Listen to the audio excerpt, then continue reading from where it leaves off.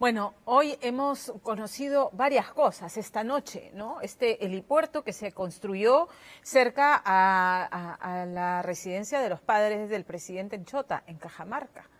Hemos escuchado que la hermana de la primera dama, criada como una hija por la pareja presidencial, va a interceder con un proveedor del Estado y a ofrecer obras, va con un proveedor del Estado a ofrecer obras a Cajamarca y digan, no la graben, por favor.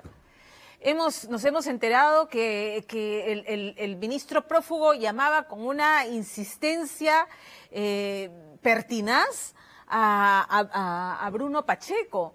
O sea, todos los elementos que surgen nos hablan o nos confirmarían esta hipótesis de la fiscal Cesenarro, que estamos ante una organización criminal que llegó al Estado para amedrar, para lucrar, para rapiñar, pero de la forma más rápida y vergonzosa posible. En esa línea, lo que les ha contado esta noche Richard Apolo y lo que nos ha llegado a nosotros este fin de semana. Lo que tengo en mis manos son copias de tickets aéreos para familiares del presidente Pedro Castillo, incluyendo la hermana de la primera dama. Tickets aéreos en Latam Airlines, porque aquí están, que han sido todos pagados por el estudio Villaverde, ¿no? Por la empresa del señor Samir Villaverde, que hoy está preso, aspirando a convertirse en colaborador eficaz, y que sería uno de los eslabones para finalmente desentrañar esto o confirmar la hipótesis de la fiscal Cesenarro. Muy bien, esto ya llegó a la Fiscalía, es información que podemos dar por fidedigna. Se lo consultamos a su abogado. Julio Rodríguez nos acompaña esta noche. Doctor Rodríguez, ¿cómo está? Buenas noches. Buenas noches, Pamela. Un placer estar con usted. Gracias por acompañarnos. ¿Esta documentación, usted tiene conocimiento de esta documentación? Bueno, sí tenía conocimiento de la existencia de esa documentación. Lamentablemente, esa documentación lo que va a reflejar de manera nítida es no solo una relación directa entre el señor Villaverde y los sobrinos del expresidente, sino que los pedidos que le hacían ellos para que les entreguen pasajes para diversos familiares muy cercanos al presidente de la República. Ok, vayamos a la historia entonces. Esta documentación es real. ¿Quién tramitaba estos pasajes? ¿Quién le hacía las solicitudes al señor Samir Los Villaverde? sobrinos del presidente. Los dos, Fray y... Fray sobre todo, según Fray. lo que ha dicho el señor Villaverde. Correcto. Y le decía, tramítame pasajes para... Literalmente era apóyame con unos pasajes para algunos familiares. Ajá. Y eso es lo que refleja claramente los pagos hechos de esos pasajes por el estudio Villaverde. Ok. Y estamos hablando que incluso está la hermana de la primera dama, de la señora Lilia Paredes. Se le ha sacado pasajes a familiares, a sobrinos.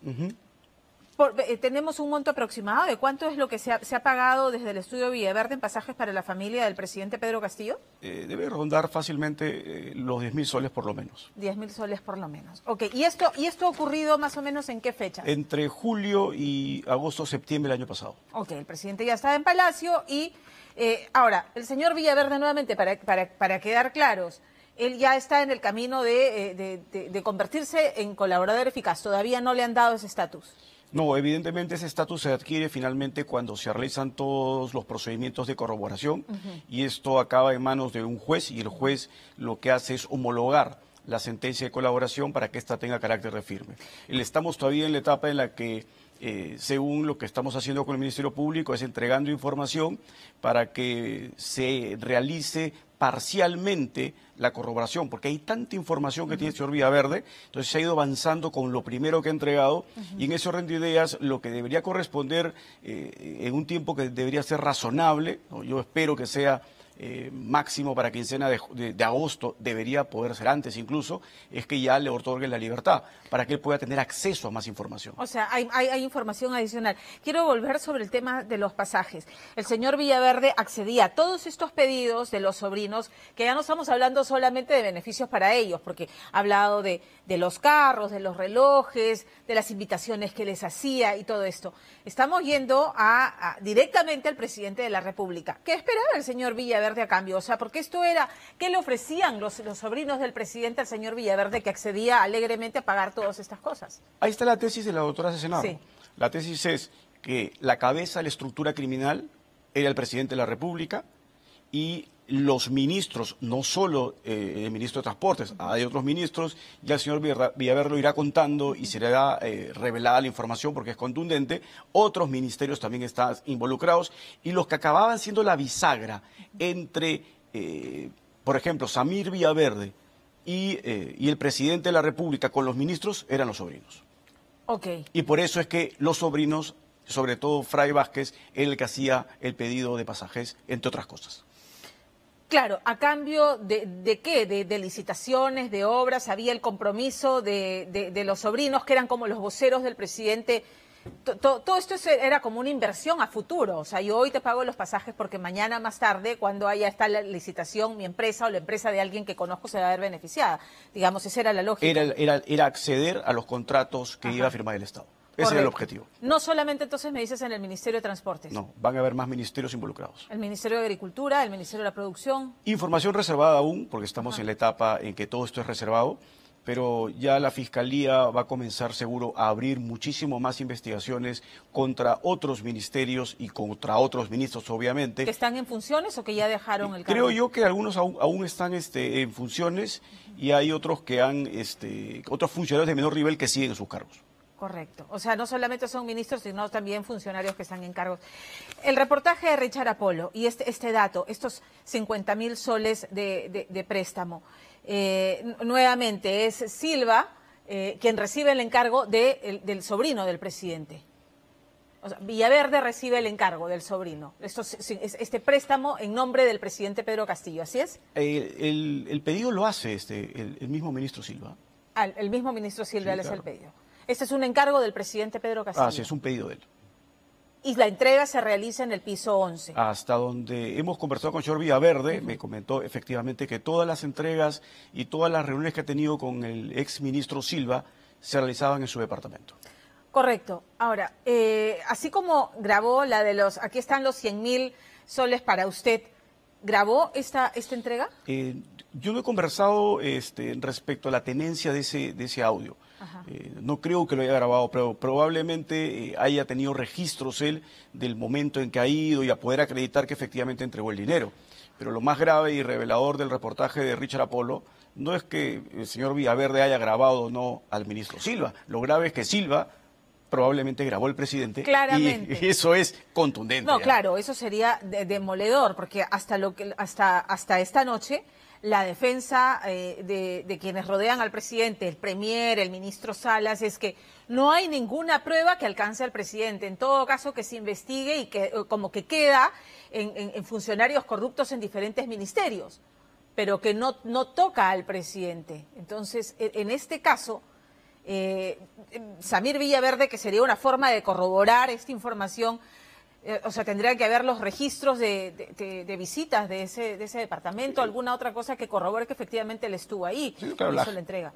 Las llamadas, porque el geoposicionamiento de la celda de los celulares van a reflejar en dónde se encontraban ambos números en la hora que el señor Villaverde narre que entregó o visitó al ministro Silva en ese edificio. Correcto, correcto.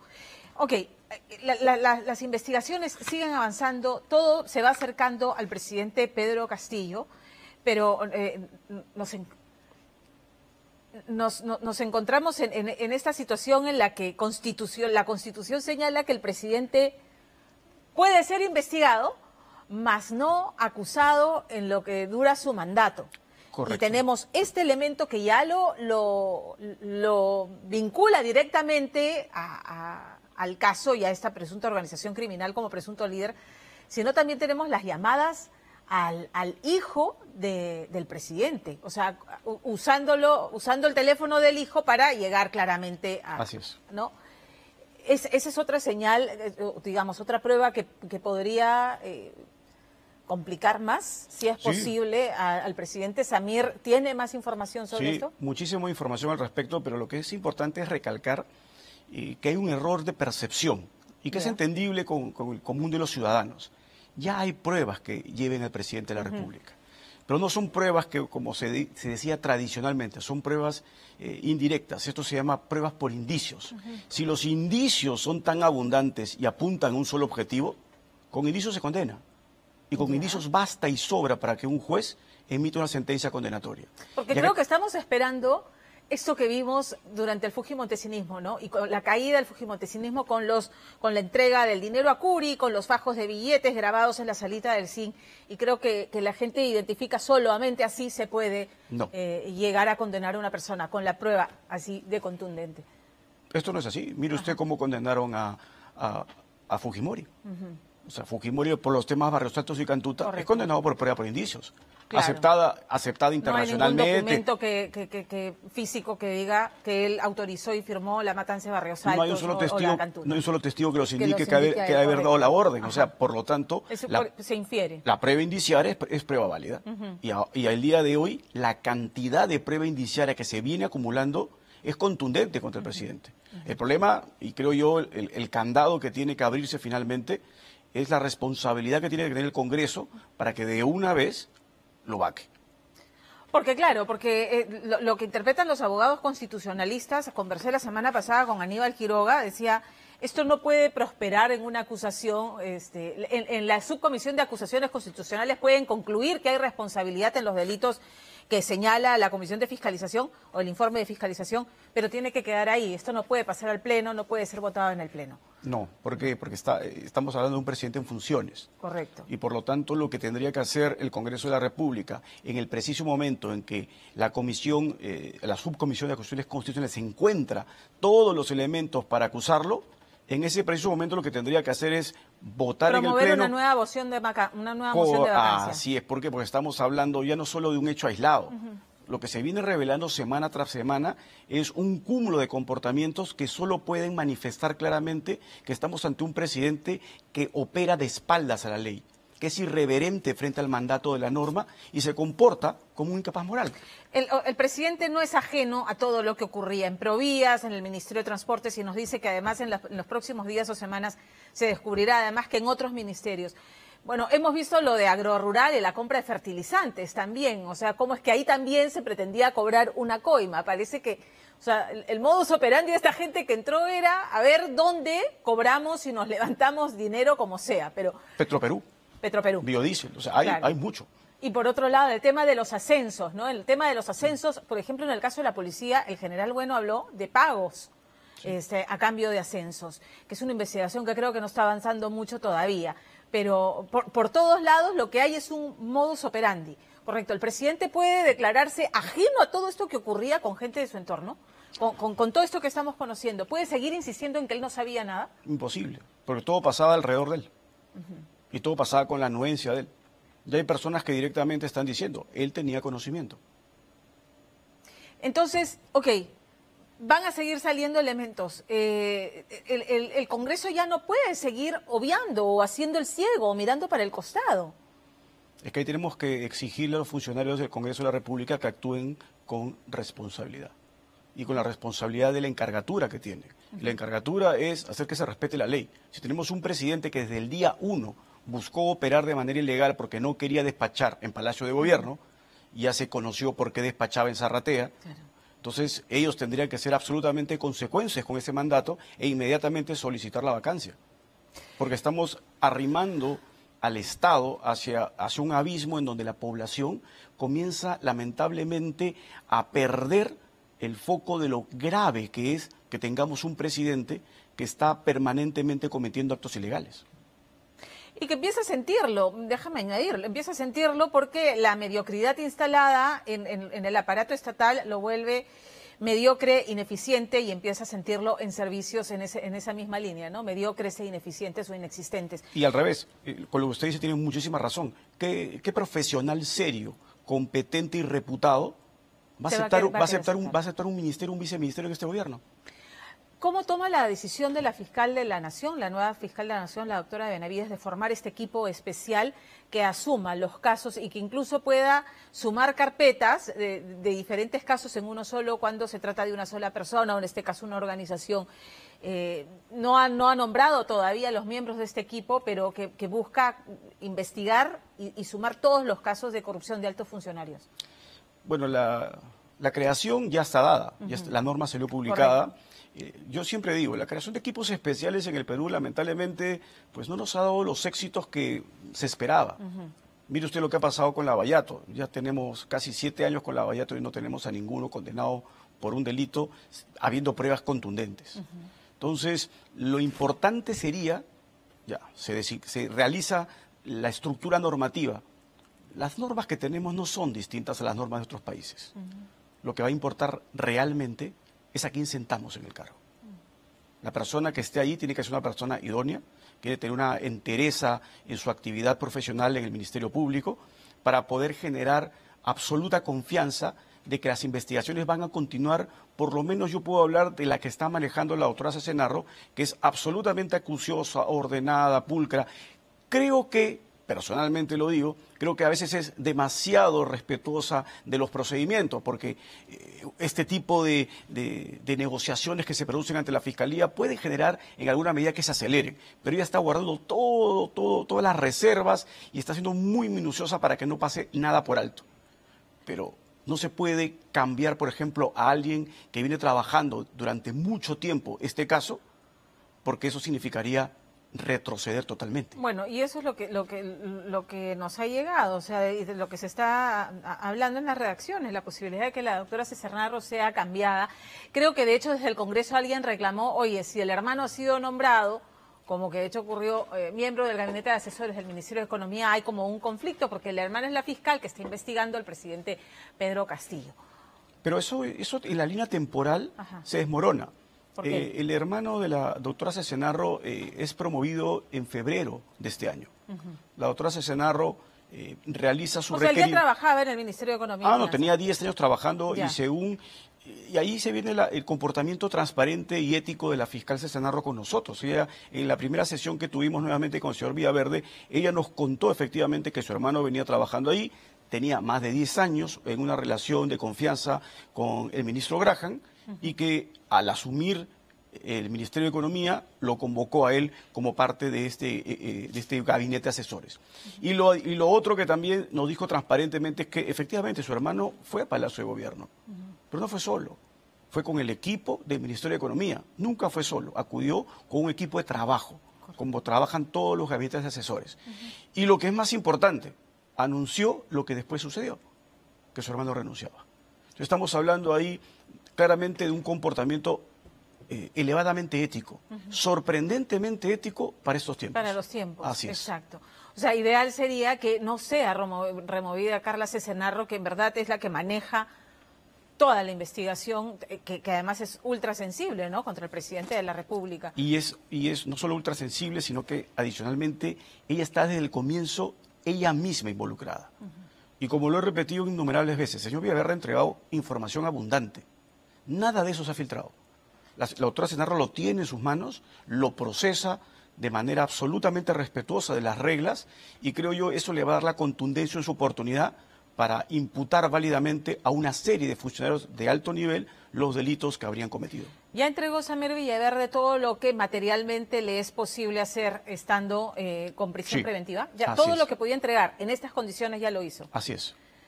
Pero podría seguir entregando más información si recupera su libertad bajo las restricciones que disponga la fiscal. Y esa pregunta es trascendental porque no es que él podría. Parte de los compromisos que se tienen que asumir y se tienen que poner por escrito, se tienen que firmar, es que el señor Villaverde tendría que entregar información saliendo del penal. No es una opción, es una obligación, porque ahí hay el trato que se celebra con el Ministerio Público para alcanzar algún tipo de beneficio, pasa también porque esa persona se compromete efectivamente a seguir brindando información que sea útil para poder destapar todos los escándalos de corrupción que tiene este gobierno. Así como en su momento recibió llamadas del señor Villaverde para que diga tal o cual cosa, lo niegue todo, no me conoces, ha recibido amenazas en el sentido de que está hablando y que ya no lo siga haciendo. Sí, claro. Sí, claro. Ha recibido amenazas de muerte, han aparecido personas extrañas, han habido en momentos que se han celebrado diligencias, situaciones muy irregulares. ¿De qué tipo? Presencia de personas que no debían estar en el espacio de la diligencia. Y la fiscal Cesenarro ha ido enviando los comunicados para hacer clara la actitud que tiene el Ministerio Público en este caso. de proteger que se lleve de manera respetuosa. Hemos tenido incluso una diligencia en donde sorprendentemente se interrumpió más de 5 veces. ¿Por qué? ¿Cómo se interrumpió? ¿Qué pasaba? Se interrumpió porque teníamos a los miembros del INPE que recibían una orden de una sala para que lo lleven al señor Villaverde, a pesar que estaba en una diligencia reservada que tenía que realizarse y que era muy importante. Y se interrumpió permanentemente porque querían que él mismo se presente. Cosa que era innecesario porque se trataba básicamente de una audiencia de impedimento de salir del país, respecto al cual el señor Villaverde se había allanado. Ok. ¿La familia del señor Villaverde tiene algún tipo de protección en estos momentos? No. Protección de ellos mismos, ¿no? Claro. Así es. ¿Y el señor Villaverde en el penal está en algún lugar especial? ¿Dentro del penal ha recibido amenazas directas dentro del penal? Como las amenazas nunca son directas, siempre son vedadas, pero son claras. Y las ha recibido, se la ha comunicado al Ministerio Público. Correcto. Muy bien. Se vienen entonces más revelaciones, doctor Rodríguez. Gracias por estar con nosotros esta noche. Un placer. Muy buenas noches. Buenas noches.